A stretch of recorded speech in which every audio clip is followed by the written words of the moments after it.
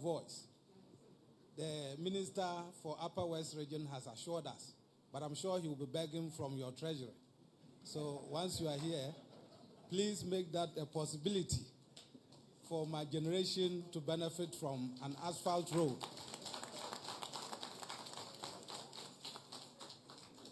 Those who brought my mother will call me a suckling. But I'm sure when I was about 6 years, we were told the road has been given on contract. It's been 5 decades, and it's still on contract, Mr. Minister. Let's give His Royal Highness a big round of applause. Minister, so you have to look for more revenue into your treasury so that this contract that has been there for about 50 years, we can pay the contractor for him to do the job. Minister, we are in your hands to give us your final set of responses. Thank you very much, Your Royal Highness, and thank you for speaking in public and so directly. I know that the Tumu Road was some 85 kilometers to, and we've done about 35 of it, meaning there's some 50 kilometers that we have to do. And yes, they have divided the contract up so that we can get faster responses to that.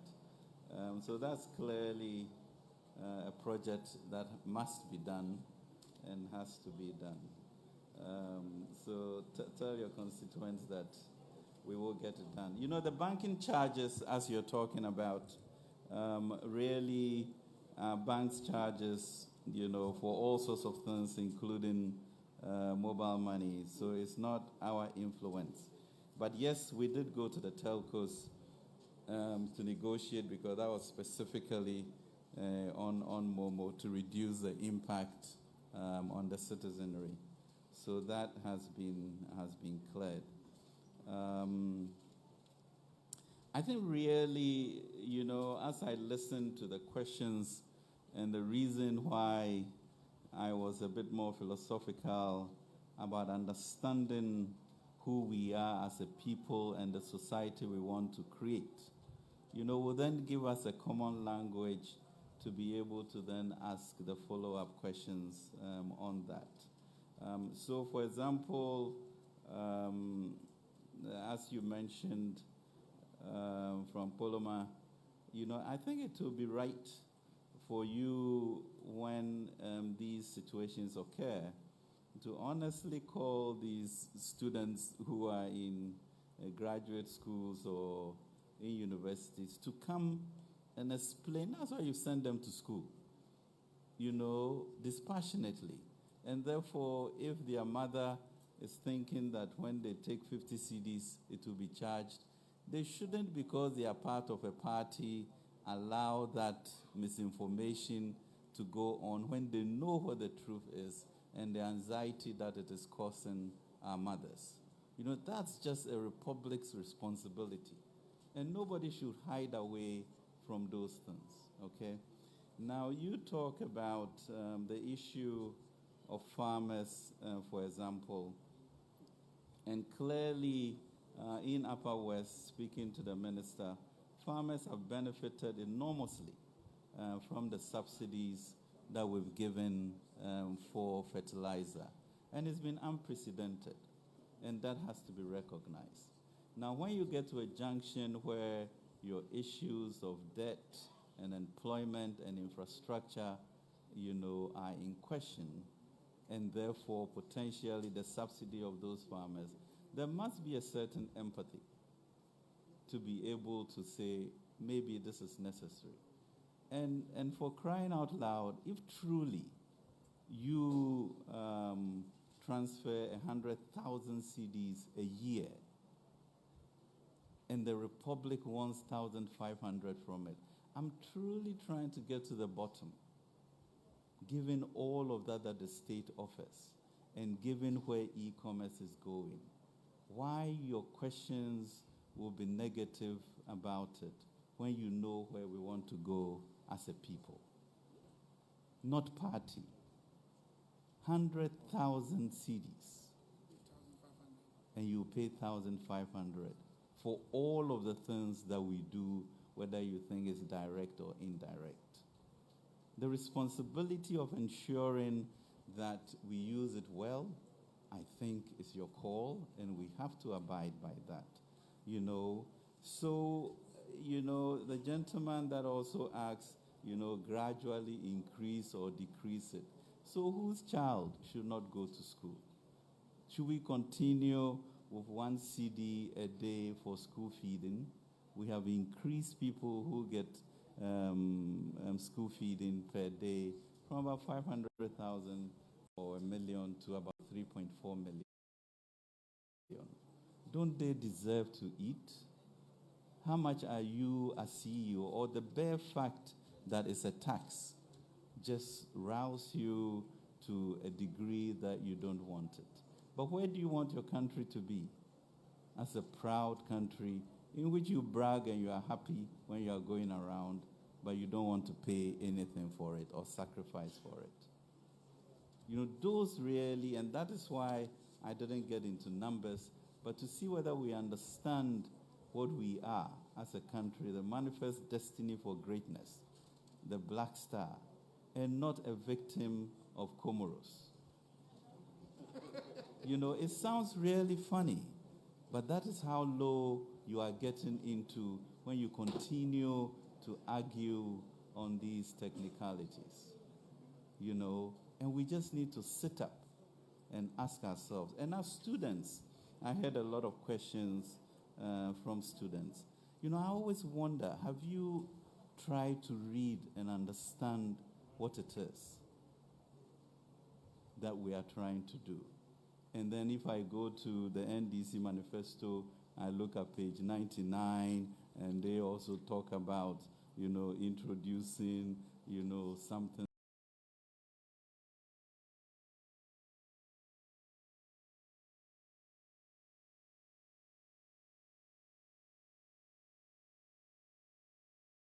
and B, given the exigencies of what we need, should we not really be hurrying up, to take care of this?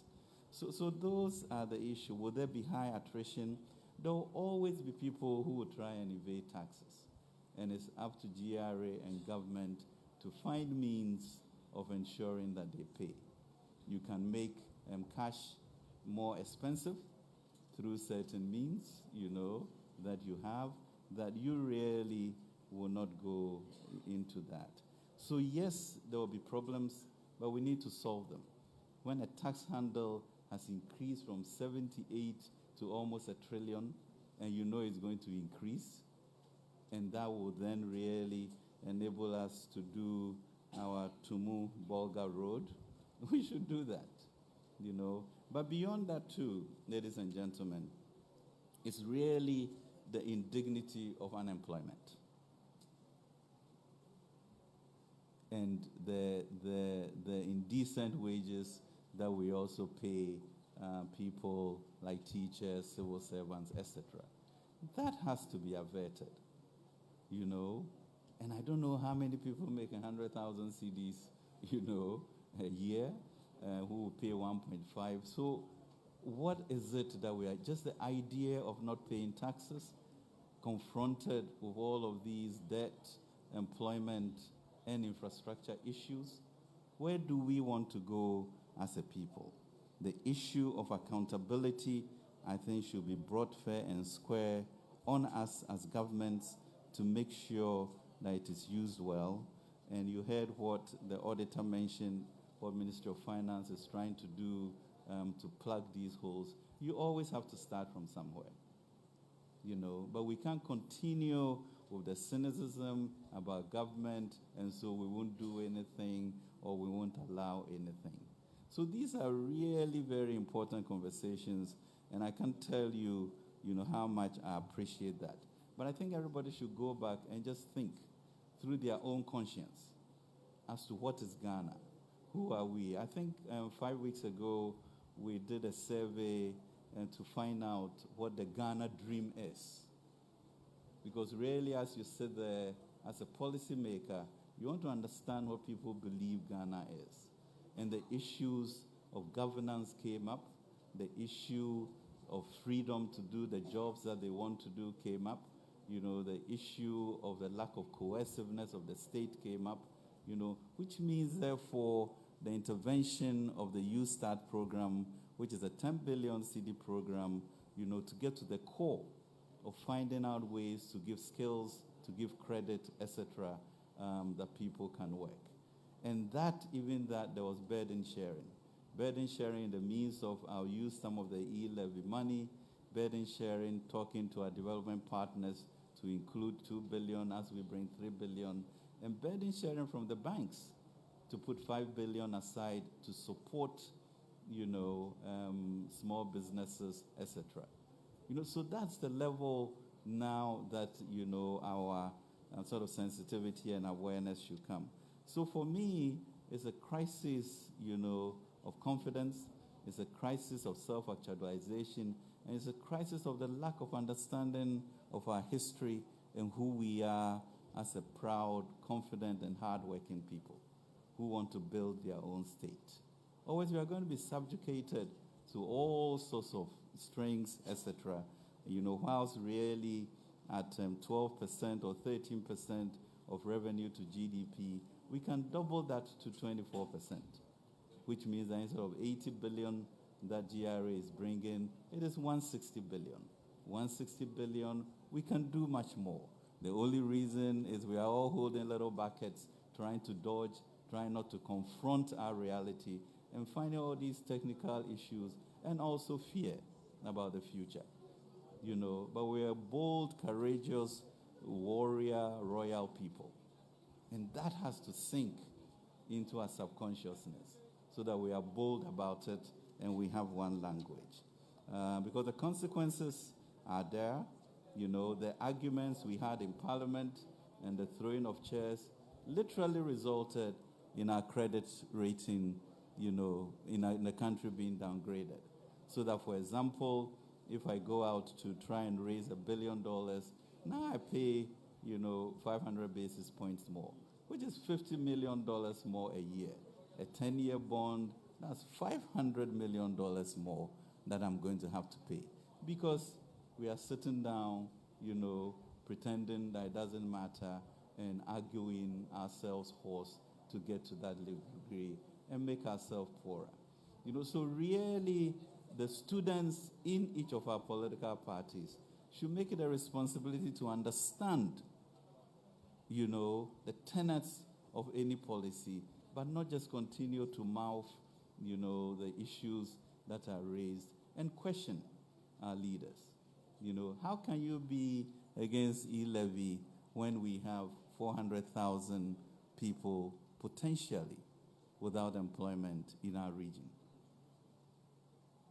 She, the MP, should tell me why.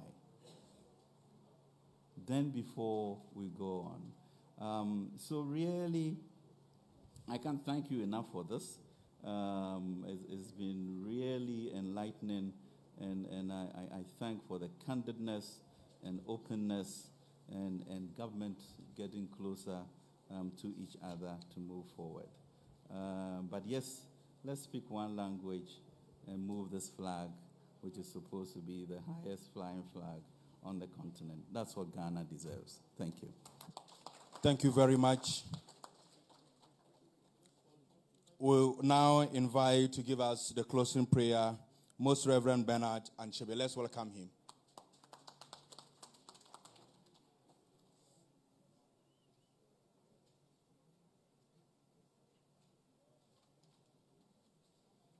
After the prayer, we have the anthem, then we leave here.